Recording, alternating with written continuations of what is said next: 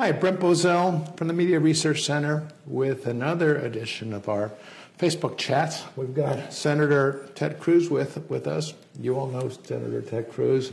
I've known Senator Cruz for many years now, I guess. And he's been in the thick of every battle on Capitol Hill, all the ones that mattered anyway. So I've always been, as you know, a huge supporter of you. I want to ask you 3 questions today, Sure. And then we're going to open it up to get audience participation. But 3 big questions that are out there, and you've been involved in all of them. The first is the big one these days, which is border security. Yeah. You were the former Attorney General of Texas. My guess is between that and your Senate experience, probably no one knows more about what is going on down there. You're just hearing horror stories. Tell me what you're saying. Well, look, we've got a crisis on the border, and we've had a crisis for a long, long time. I've spent a lot of time down on the border of Texas. Of our 2,000 miles of southern border in this country, roughly 1,200 of those miles are in the state of Texas. And when you go down there, we're seeing human tragedies each and every day. We're seeing human traffickers that are taking family units across the border, that are taking children, unaccompanied children across the border, little boys, little girls. And we're seeing narco traffickers that are taking vast quantities of narcotics, of heroin, of marijuana, of fentanyl, and that's driving an opioid crisis nationwide, where last year 70,000 people died of drug overdoses. More people died of drug overdoses than died in car wrecks. And both of those, the human tragedies of kids in the custody of human traffickers and the human tragedies of narco traffickers flooding this country with deadly drugs, both of those are the consequences of the border not being secure.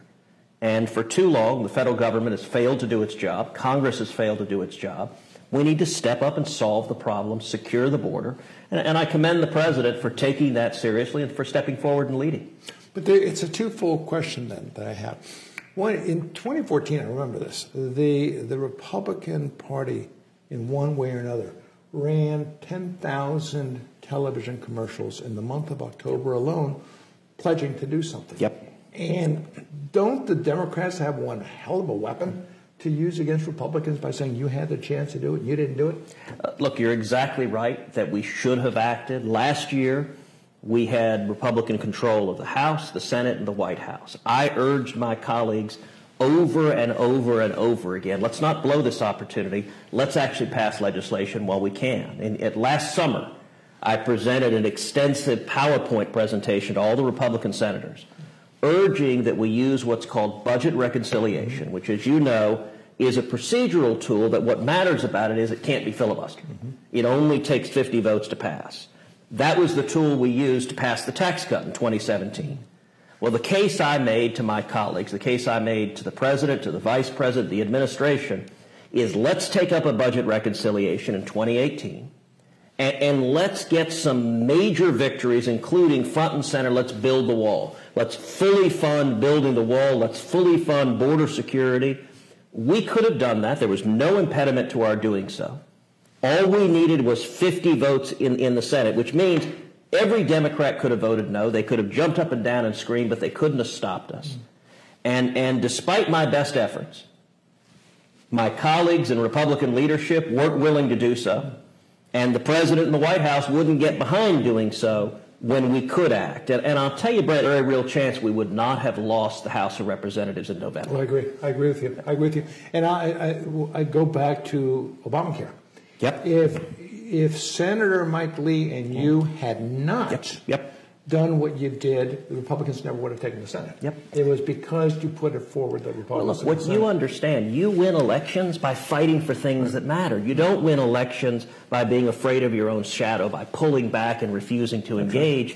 And unfortunately, our leadership consistently fails to understand that. Now, look, to be fair, we got a lot of big victories in the last 2 years. I'm gratified by what we accomplished.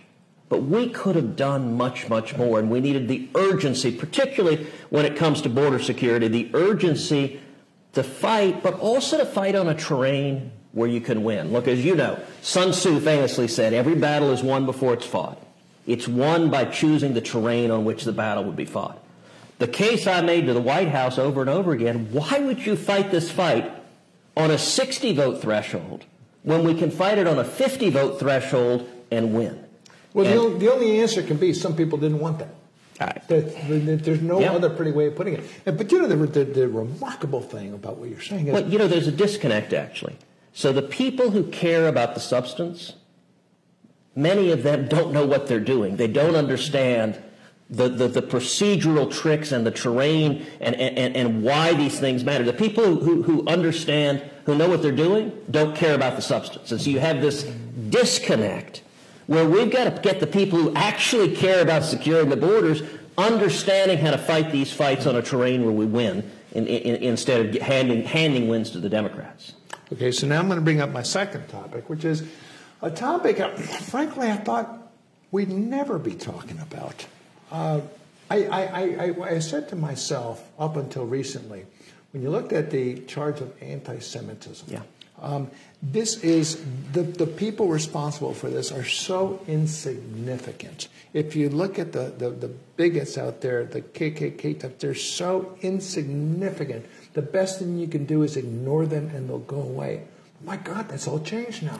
You now have members of Congress who are doubling down on anti-Semitism. Yes. What kind of a warning is that to you? Look, there are extreme zealots who are finding a home and being welcomed to the Democratic Party. And we're seeing the Democratic Party as a whole nationally galloping to the left, embracing socialism, embracing 70% tax rates, embracing late-term abortions, embracing open borders. I mean, going to positions that even a couple of years ago would have been fringe positions of the Democratic Party that now they're embracing as the heart of what they believe. One consequence of that is you've got a handful of these new freshman Democrats who openly revel in anti-Semitic thoughts. You've got one freshman Democrat who tweeted out, you know, it's all about the Benjamins. I mean, an old anti-Semitic trope that is the sort of slur you would expect to see from nutcases on the internet, but not from a member of Congress. And the challenge, so Nancy Pelosi and the Democrats tried to come together and respond to this anti-Semitism within the Democratic Party by passing a simple resolution condemning anti-Semitism. But this is really where the lunatics have taken over the asylum. She couldn't do it. She couldn't corral the votes. Her own members said, no, we're not willing to condemn anti-Semitism. So they ended up having this huge bloody battle where they finally passed a resolution condemning everything. We're against any forms of discrimination or bigotry against anyone on earth for any reason whatsoever. And it was so watered down it didn't say anything. That's right. You know, when I saw that was sad, and my natural response is, look, hopefully the Senate can do better. So I've drafted and have filed a simple resolution condemning anti-Semitism, condemning it across the board, detailing. I got to stop you. I mean, it's like the border security. It's a simple affirmation of the obvious. That you have to draft something without there being a public outcry on the floor of the Senate. To me, is an extraordinary statement about the Senate. And even more revealing. So we've circulated my resolution to all 100 senators. We've got virtually every Republican assigned on board. You know how many Democrats we have right now? How many? No kidding. Now, I'm hopeful that will change. We are in negotiations with a couple of Senate Democrats who've expressed some openness, perhaps, to joining. We'll see if they do. But think how sad it is. Why is there not a single Senate Democrat willing to step forward and lead on this issue? And it's because the radicals in their parties have been offended, have been energized, and they're terrified of offending the radicals. And I'll tell you, on the question of anti-Semitism, look, you and I are both passionate about defending the nation of Israel and strengthening our friendship and relationship with Israel. One of the most dangerous things in the pro-Israel movement, look, for a long time, standing with Israel has been a bipartisan commitment. That has been good. That's been good for America, good for Israel. That changed in a really fundamental way during Barack Obama's presidency, when the Obama presidency got full force behind the disastrous Iran nuclear deal. Right. Nuclear deal was the most catastrophic national security decision of modern times. Right. It sent billions of dollars to the Ayatollah Khamenei, who pledges and chants death to America and death to Israel. But what happened is the Obama White House made it a litmus test for every Senate Democrat. You choose between standing with us, the Obama White House, or standing with Israel. And sadly, if you remember, the one Senate Democrat brave enough to stand vocally against it was Bob Menendez. The day he spoke out against the Iran nuclear deal is the day the Obama Department of Justice leaked that they were indicting him. And that was meant to be as bare-knuckled a reminder, you don't cross us. We're seeing right now the consequences of those battle lines, that the Democratic Party has welcomed within their midst the radical extreme left wing that hates Israel and that relishes in anti-Semitism, and they're paralyzed right now to act against it. I hope in the Senate we see some leaders who are willing to stand up and express certain truths that should be indisputable. Third question before we take questions here.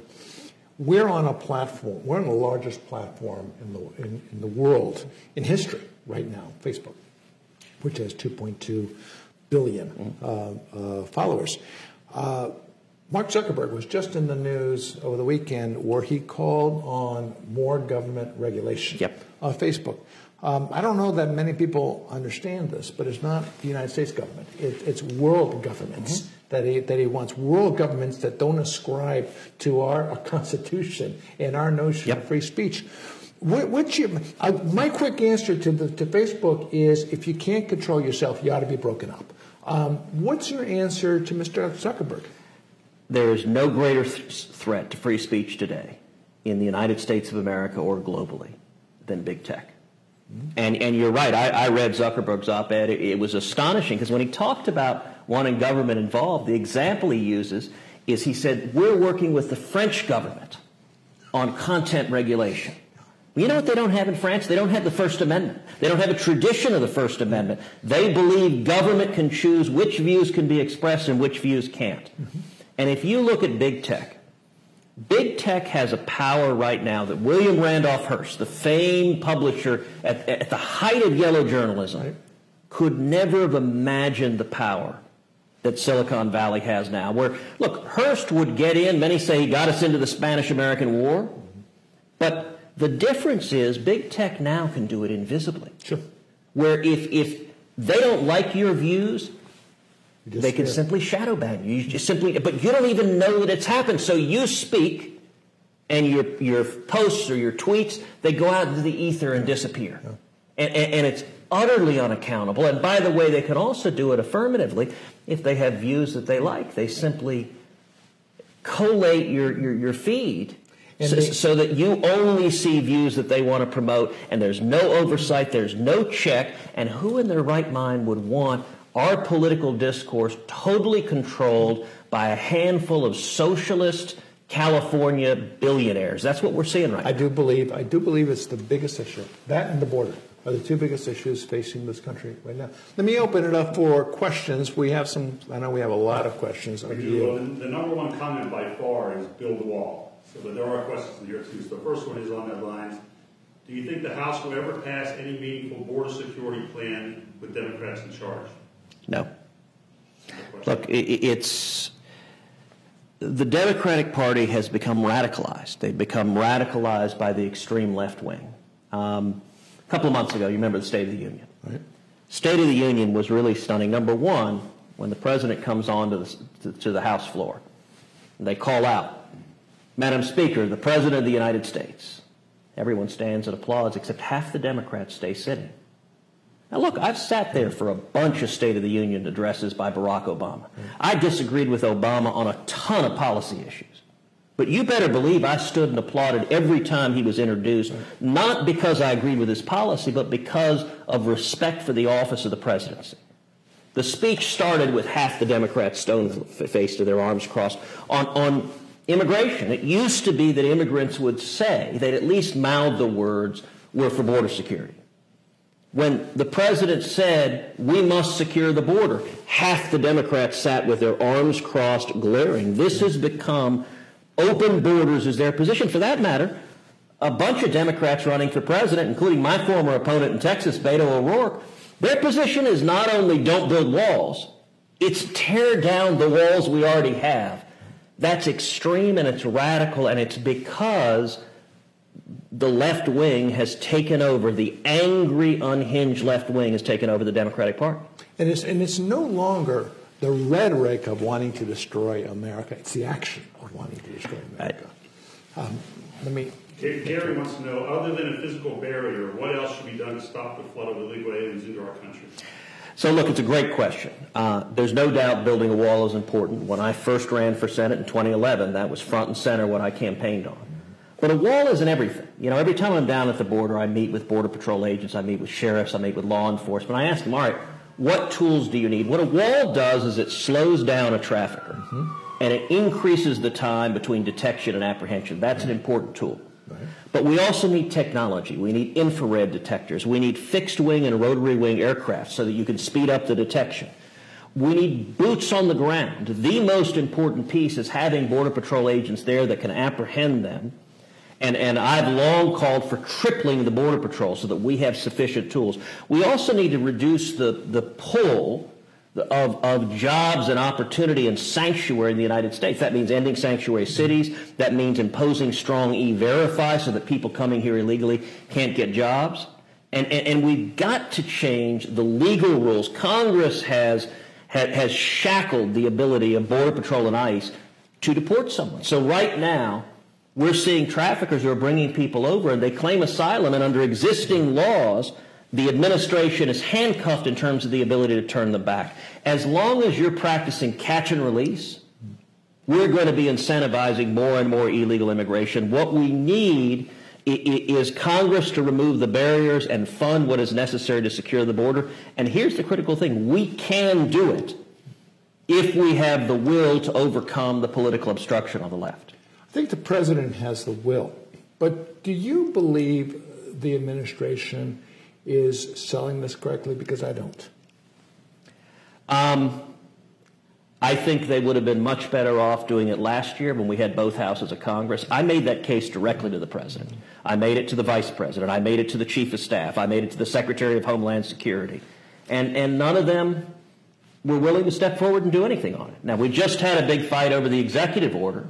That was fine, but it would have been much better to do it when we could have passed the statutory basis to really address the problem. And nobody in the White House seemed to appreciate why that mattered. They just, when you talked about procedurally, we can do it now, and with a Democratic House we can't, that argument, they just sort of looked at you and it didn't resonate. Woulda, coulda, shoulda. Tom asks, will the media ever recover from their coverage of the collusion hoax? Good one. Oh, look, the media have so utterly beclowned themselves. One of the greatest You mean you have a problem with the press? Of the age of Trump has been utterly making transparent the bias of the press. You've spent years doing that. You used to have to work at it. That's right. Now you buy popcorn. Right. And now nobody even argues on the other side. I don't know anyone who even makes the argument the press isn't biased, because they hate Trump so much. They're so unhinged. You turn on the TV and they're foaming at the mouth. Something I told the president several months ago. I said, Mr. President, ironically, the media are your greatest friends, because they're so insanely biased that the American people look at him and say, look, if those guys hate him so much, he's got to be doing something right. And it has really rendered completely naked that they're not pretending to do journalism. Yeah. They are left-wing partisan operatives. That's how they view their job each and every day, and they don't intend to change it. Isn't it interesting that Mueller, up until 2 weeks ago, was the North Star of integrity in the political process, and now he's public enemy number one? He was Saint Mueller, and now it's Mueller who? Yeah, no. I mean, the Democratic Party immediately pivoted on and said, okay, we don't care about what Mueller found, on to other investigations. Look, mark my words, Brent, this House is going to impeach Donald Trump. Do you believe that? It is going to be a partisan vote. I think it'll happen next year. I think they'll spend a year investigating, and the facts don't matter. They don't care what the facts are. They're going to impeach him for being Donald Trump because they hate him, and their left-wing base hates him. And that's sufficient. Now, the Senate's not going to convict. Impeachment is the first step. Right. That takes a majority of the House. The Senate takes 2/3 to convict. That's not going to happen, but I don't believe the Democratic leadership can contain the demons they have unleashed within their own party. And I think they'll overplay their hands politically. Undoubtedly. Yeah. Stephen asks, when will your bill condemning anti-Semitism come up for a vote? It's a great question. I don't know the answer to that. I hope soon. I have been urging Republican leadership to bring it up for a vote. Mitch McConnell had told the Republican conference we were going to schedule it for a vote. It hasn't been scheduled yet. So I'm continuing to urge we should vote on it, but at the end of the day, it is only leadership that controls the floor schedule. I think it will. Scott asks, President Trump reopened the Obamacare debate last week. Is that a good thing? And what is the Republican plan for health care? Maybe. It is dangerous. I very much worry that congressional Republicans will jump into the quicksand trap of embracing Obamacare. After leading the fight against it, there are voices in our conference who want to be the party now that expands Obamacare. I think that would be tragic. So, look, should we be addressing this? Absolutely. The right way to address it. There are many reasons Obamacare has been a disaster for Americans, but the biggest one is that it's caused premiums to skyrocket. The average family's premiums have increased over $5,000 a year under Obamacare. Lowering premiums should be something that brings us together. Now, how do you lower premiums? This is Economics 101. If you want prices to go down, you want more choices, more competition, more options. What does Obamacare do? Fewer choices, fewer competition, less options, and prices go up. We ought to be fighting to lower premiums, but I do worry. I worry congressional Republicans. Listen, the Pelosi House is not going to help with any of this. I mean, they're truly radical, and I do worry that there are Senate Republicans who will make common cause with the Democrats. And if we engage in a bidding war on so-called Medicare for all, and both parties become the parties of socialized medicine, that's how we lose the presidency in 2020 and elect a true radical like a Bernie Sanders or an Elizabeth Warren. But you know, Ted, historically, Republicans are always better when they're in the minority. They make better arguments, they make more principled arguments because they don't have to vote for them. Be that as it may, Republicans in the House made terrific arguments after Obamacare passed, before they retook the majority. In the Senate, the same thing. I'm waiting for that. I'm not seeing it yet, but I'm waiting for new champions in the House, especially, to come forward and make that free market argument, because I think as every year goes by, more and more people are going to forget the good old days when premiums were half the cost. This will become the new normal. Yeah, look, I think that's right. I can tell you, as I travel Texas, I hear every day from people who say, I can't afford health insurance. You look at young people who've been devastated under Obamacare, because what Obamacare did, one of the things it did, it was a massive wealth transfer from young, healthy people to everybody else. And for young people, you saw young people with their premiums increasing as much as 1,000%. Right. I mean, that's really unfair for a 28-year-old young woman just starting her career, getting hammered with premiums she can't afford. Right. And the left can't defend it. You know, one of the things I did in 2017, I did 3 debates with Bernie Sanders on CNN. And they were the highlight of that campaign, I believe, and kudos to CNN for having lengthy conversations. Yeah. We had, so one was on health care, 2 were on taxes. They were 90 minutes each. I'll tell you, the health care debate, which I would encourage folks watching this, Google it and watch it. It was 90 minutes of substance on health care. That was terrific. That was more than the entire presidential campaign had. Presidential campaign, you got 60, maybe 90 seconds. Everyone can do talking points for 60 or 90 seconds. They all sound about the same. But look, the nice thing about debating with Bernie is we didn't demonize each other. We weren't making character attacks. He is an avowed socialist. He's an unapologetic socialist. And I am an avowed advocate of the American free enterprise system. And so we had a direct clash. What actually works? We need to do more of that as conservatives. What was fun about that was his rhetoric versus your surgery. And you were both very, very good at it. I thought it was riveting. 90 minutes, I thought it was the best television I have seen in years, was what you all had. Wow. Kudos to both of you. And again, kudos to CNN, but they're just afraid. Talk about the Democrats being taken over by the far left. Look at CNN. It's lost its soul completely. I don't know how it regains it. I've heard from people who used to have very, very high positions, I mean the highest of high positions in CNN, that I used to do battle with. Yeah. They're contacting me just bemoaning what's happened. Right. I mean, who would have thought that you'd pine for the good old days of Dan Rather? But that's where we are today. Well, not quite. Look, everything is defined with respect to Trump. Mm-hmm. So, you go to these various dinners in Washington where if you have any of the mainstream media speaking, they bemoan the oppression of the media. That, fake news is such a blow to our hearts, without ever asking what they have done in their coverage when they lie continually and are unabashedly biased.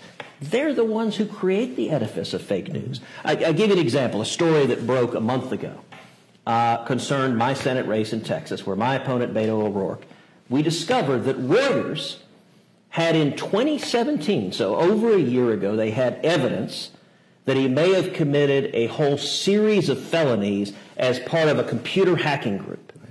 And they went and interviewed him in 2017, and he admitted on the record, yes, he did this. And Reuters cut a deal with him where they said, okay, we will sit on this and not report it until after the Senate race is over. Because, and they didn't say this, but this is obvious, we're liberal Democrats, and so of course we want you to beat Cruz and win the Senate race. But we'll report on it after the Senate race. Now, they didn't say a word of it for over a year. But now that Beto is running as a Democrat for president, now that he's running against Bernie Sanders and Kamala Harris and these other leftists, now Reuters reports it as riveting news. Can you imagine a world in which Reuters would cut that deal with a Republican? Hey, we've got evidence you may have committed multiple felonies, but we want you to win your election, so we'll sit on it for a year and not report on it. And had they done it, the editors on down would have been fired. And there were no repercussions that I know of. Well, they're not journalists. They're political operatives. Yeah. And the objective is elect Democrats. And you know what that's doing is it's destroying the credibility of journalism. Look, I want real journalists. I believe in holding elected officials accountable of both parties. And one of the problems is these media outlets, there was a time when they tried to be objective. They were bad at it, but they tried. They're not trying anymore. They are now behaving indistinguishably that if you put partisan operative in charge of them with that hat on and said, our only objective is to elect, number one, Democrats, but number two, ideally socialist, and moving in the Democratic Party to the left. One last question. I've got to let you go. It's a little long, but it's a good one. Twitter seems to be only in favor of freedom of speech when it comes to the left, allowing freshman congressmen and people like Louis Farrakhan to make anti-Israel and anti-Semitic statements and remain untouched. Yet whenever a conservative tweets out a statement in favor of traditional gender roles, they are immediately censored for hate speech, quote unquote. How do they get away with this? Because they have no oversight and no transparency. So I've asked repeatedly, Mark Zuckerberg, when he testified in the Senate, I've asked of Twitter, how many conservatives do you censor versus how many liberals? They won't answer. Mm-hmm. Can you point to even one example of a liberal being censored? No. Look, we saw just today, this weekend, the movie Unplanned came out. By the way, let me say to everyone watching this, if you do anything in the next week, go see Unplanned. It is powerful. It is moving. I saw it last week. I thought I was prepared for this movie. I was not. It's the true story of Abby Johnson. She was the clinic director of Planned Parenthood in Waco, Texas. She was there 8 years as a Planned Parenthood employee. She won Planned Parenthood's Employee of the Year award. And she became so horrified by what she saw, by what happened in that abortion clinic, by Planned Parenthood's culture of pushing abortion like used car salesmen, taking advantage of the women. It is a movie, it's deeply disturbing, but it is also inspiring and breathtakingly powerful. And the reason I bring it up in this context is that the Unplanned movie has a Twitter feed that Twitter has taken down multiple times in the last several days. Accidentally. Over and over again. Somehow they never do it on the left. It's never a leftist. When I asked Zuckerberg, has Facebook ever taken down a pro-choice ad? No, he couldn't answer that. Have they ever taken out a liberal Democrat? He couldn't answer that. It is naked ideological censorship. And I have been leading the charge in the Senate, first of all, for transparency, to understand simply the facts are so damning. And we're required to argue by anecdote because we have no data. Right. They can do all of this with no accountability. Now, you get some who say, well, they're private companies. They can do whatever they want. Well, that's true to an extent. But number one, the tech companies enjoy an immunity under a provision of law called Section 230 of the Communication Decency Act. It makes them immune from liability. So if they post slander, if they post libel, you can't sue them. Congress has given them a special immunity, and the basis for that immunity was that Congress believed they would be neutral public forums. In other words, it's not fair to sue them because it's not their speech that they're engaging in, it's whoever's posting it. Right. Well, if they make the decision not to be neutral public forums, instead to be leftist political advocates, you know what, they got a right to do that. But they have no entitlement to a special immunity from liability from Congress. And I think if they're going to behave like political actors, Section 230 should be repealed. Secondly, you made reference to this. The antitrust laws have existed nearly 100 years, and they're designed to stop monopolies from engaging in anti-competitive conduct. And I think when it comes to stifling free speech and using their monopoly power, I think big tech is highly, highly suspect. And if need be, I think should be investigated under the antitrust laws, and if need be, broken up.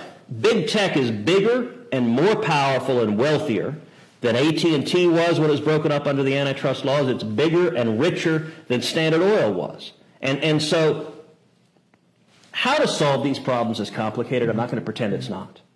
But the threat is massive, and I think we need to be using the tools we have to protect free speech and protect a robust democratic process. Last question, very quickly. Do you believe a woman is not a man?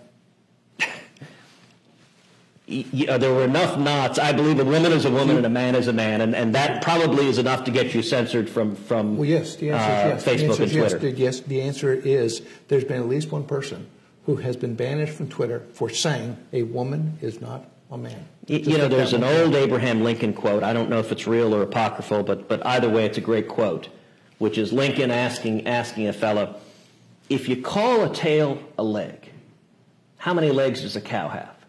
And the fellow responds, well, 5. And Lincoln is reported to have said, no, a cow has 4 legs. Calling a tail a leg doesn't make it one. Exactly right. Listen, on that note, I'm going to let you go. Hopefully you go down the hall and vote no on whatever it is. But anyway, thank you, Senator. Thank you so much.